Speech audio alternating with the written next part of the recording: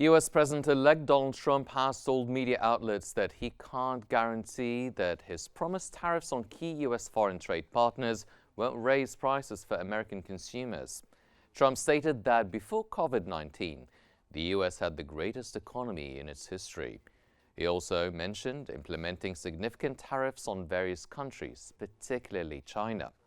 When asked whether he dismissed the idea of replacing Jerome Powell as Federal Reserve Chairman during a recent interview, Trump stated he had no plans to make such a change.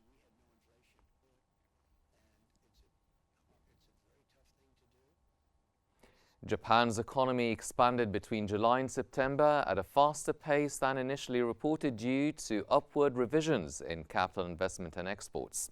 The Cabinet Office's revised data showed that GDP rose at an annualized 1.2% in the 3 months before September. The revised numbers translate into a quarter-on-quarter expansion of 0.3% in price-adjusted terms, compared to a 0.2% growth.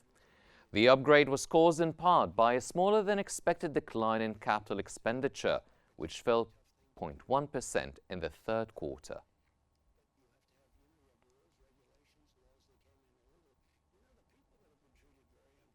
Australia and Nauru have signed a $64 million aid package to strengthen Nauru's security, banking and telecommunications sectors, with the aim of countering China's growing influence in the Pacific.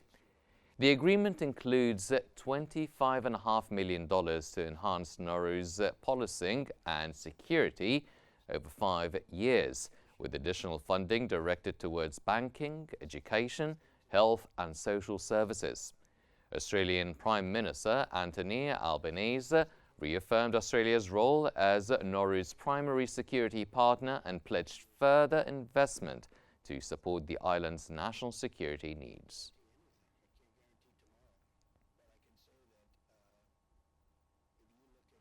UK Chancellor Rachel Reeves has urged the EU to eliminate unnecessary trade barriers during a historic visit to Brussels, the first by a UK Chancellor since Brexit. Reeves emphasised that reducing barriers would boost economic growth for both the UK and the EU, which have struggled with stagnation since the UK's exit from the single market. Speaking ahead of a meeting with Eurozone finance ministers, Reeves said removing trade hurdles would help improve living standards and make British businesses more competitive globally. Raise silence for the Chancellor of the Exchequer, the Right Reverend, Right Honourable.